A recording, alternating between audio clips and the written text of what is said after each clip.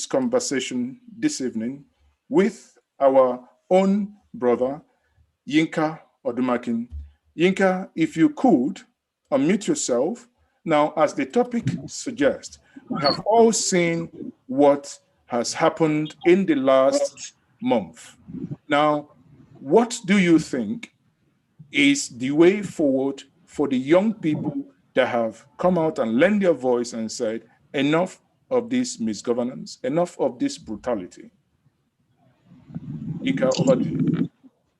Well, thank you so much. First of all, let's pay condolences to the memories of all those young people who are brutally killed by Nigerian armed forces, Nigerian army. And to be joined by the police in cold blood. It was a dark moment in the history of Nigeria. We saw it coming. And for those of us who are experiencing this thing, for instance, we led the Occupy Nigeria in 2012. And we know at the point which we have to call it off. Though we don't have a brutal government, the government we had then was not as brutal as this one. But we feared at a point that the state might crack down. And we had to allow people to go home. We asked them to go home for the weekend. Before they came back, soldiers are taking over the venue. But in this case, we saw a situation where young people who are protesting, when soldiers came, they sat down, holding the national flag, singing national anthem. And we saw how bullets were being fired into them. And all the feeble deniers that have come after the acts. But God has a way of working. She just showed the CNN documentary, which exposed everything. And just 2 days ago, the Lagos State government put out a release asking people to come and claim unidentified corpses dumped in their mortuary from 19th October to 27th October. Where did those dead bodies come from? The massacre took place on the 20th, and they started asking people to go and claim bodies dumped from the 19th. All the young people have made their marks. Lai Mohammed is chatting the CNN. It's no empathy for the dead or their parents. And at this point, the government is threatening fire and brimstone. Buhari is saying, I will not allow answers next time. With Nigeria just enter another recession today. But it's so clear that the young people have a long way to go. And at this point, I must commend those young people for their sense of organization, for what they carried out, for what they put out, for the fierce resistance. The Nigerian state unleashed maximum violence on them. But I don't think they've conquered them because they have not resolved the issues. They should stay focused and be ready to take their country back. And like I've been telling people, these young people with the answers are the new public in Nigeria. We must not lose that new public. We must create a new politics, a new polity, and a new atmosphere. And they should be ready to take their fate in their hands. This country has gone to the dogs. We must retrieve it. And there's a huge lot of duty before them, not to give up, to know that victory shall be theirs in the final analysis. And the next time, they should be better prepared and to know that they are dealing with a very vicious state and that the regime we have is despotic, fascist regime that does not have too much of human composition when it has to deal with those who are asking for a change. A government that goes, whose officials are negotiating with them bandits all over the place. Wall Street Journal in 2016 published and said that the Buhari government paid 3 million euros to Boko Haram. They can do all that. But those who ask for critical change, like the answers, it is cracked down. I hope they do not drag our young people to think that to have any engagement with these states, you have to get yourself prepared.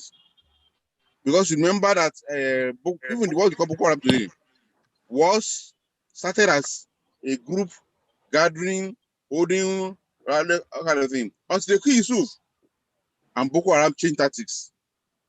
We hope our young people are not being pushed to come to the conclusion that to engage their states, they have to be ready.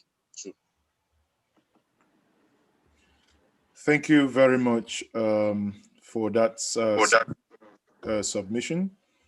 Co-host, can you please take over and call the next speaker?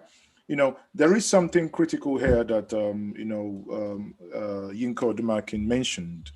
He rightly pointed out that there was a report, and I'm going to see if I can get that, I think, published in the national newspapers, for people to come and claim that was from the Corona Office of the Lagos State government, for people to come and claim unidentified bodies.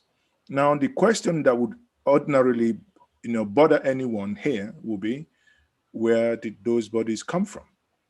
How come suddenly, in a space of in those period of time that this protest was ongoing, we now have hundreds, if again maybe tens or hundreds of bodies that are unclaimed, unidentified, to the point that we have to now make the publication, or rather the announcement, in the newspapers. Yet the same government will say, let us get the bodies, come and show us the bodies if you have them.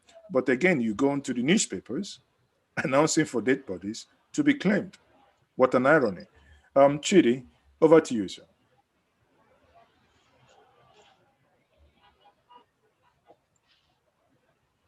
Okay, I don't know if Chidi, if you can hear me.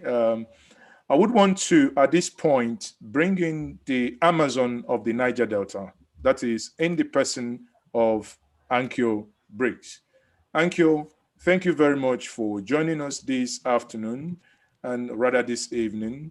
And as it is now, you have heard what we have so far discussed. The question that will, begs for answer is, where does the Nigerian youth go from here? I want us to look at what next, because, as the subject or the title of this conversation suggests, yes, we've looked at what the government forced, the denial, and all the things they've done. Question that we must take away from here will be, what next? What is it that we can do, both locally and international? Yinka Odumakin, you have the podium now. Thank you. Oh, sorry. Before Yinka comes in, I think, okay, Yinka is already here. Yes. Okay, go ahead. Okay. Well,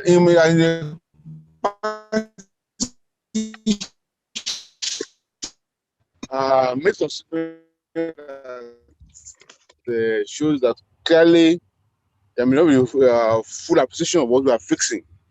And SARS itself, SARS is a function of dysfunctional federalism.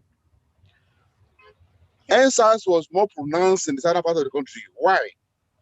Because when you are recruiting policemen, you say want to take 10 policemen across local government. Kano, we have 444 local policemen, 440. And Bayelsa, we have 80. It is there we draw entrance. We don't have to say police in Nigeria. SARS, they do no investigation. All they do is profiling. Oh, you are wearing earring. Oh, you have punk haircut. Oh, you are Yahoo boy. You are this. Whereas, if you have policemen serving in their culture, they will know that this is a culture of young people, not because they are criminals. You can wear Jalamia and be for a fraud activist. But more importantly, the dysfunctional, when you see what happened after ISAS, the first thing you had was the Kaduna meeting, where you had all northern governors, emirs, all federal appointees from the north. You had the chief of staff, chief army staff, IG of police, Lai Mohammed, all of them. They sat at the northern meeting, castigating the youth, calling them all kind of things, taking all kind of resolutions. So, and even in the communique with another meeting, the left space for Federal Health Council to finish slots at a regional summit, when we should put our hands together as a country on what to do so that this does not happen again. It's all about our power, not about the country. And therefore, the nationality question must be resolved. Oh, we are not necessarily saying that, oh, we must all go our different ways. But Nigeria as it is cannot move forward. Cannot. A few days ago, President was talking about, Nigeria is settled. What I'm telling you, once they say it's not negotiable, is that, oh, we have it as it is, you can't change anything. When you say a nation is a daily dialogue. There is nothing settled in the life of a nation. You continue dialogue until you get it right. But once you begin to say it's a settled thing, it's not negotiable, it's not woolly, it's also it's a unity of the horse and the horse rider. Some people are horses, some people are riders. That cannot work. Thank you. Thank you so very much. much.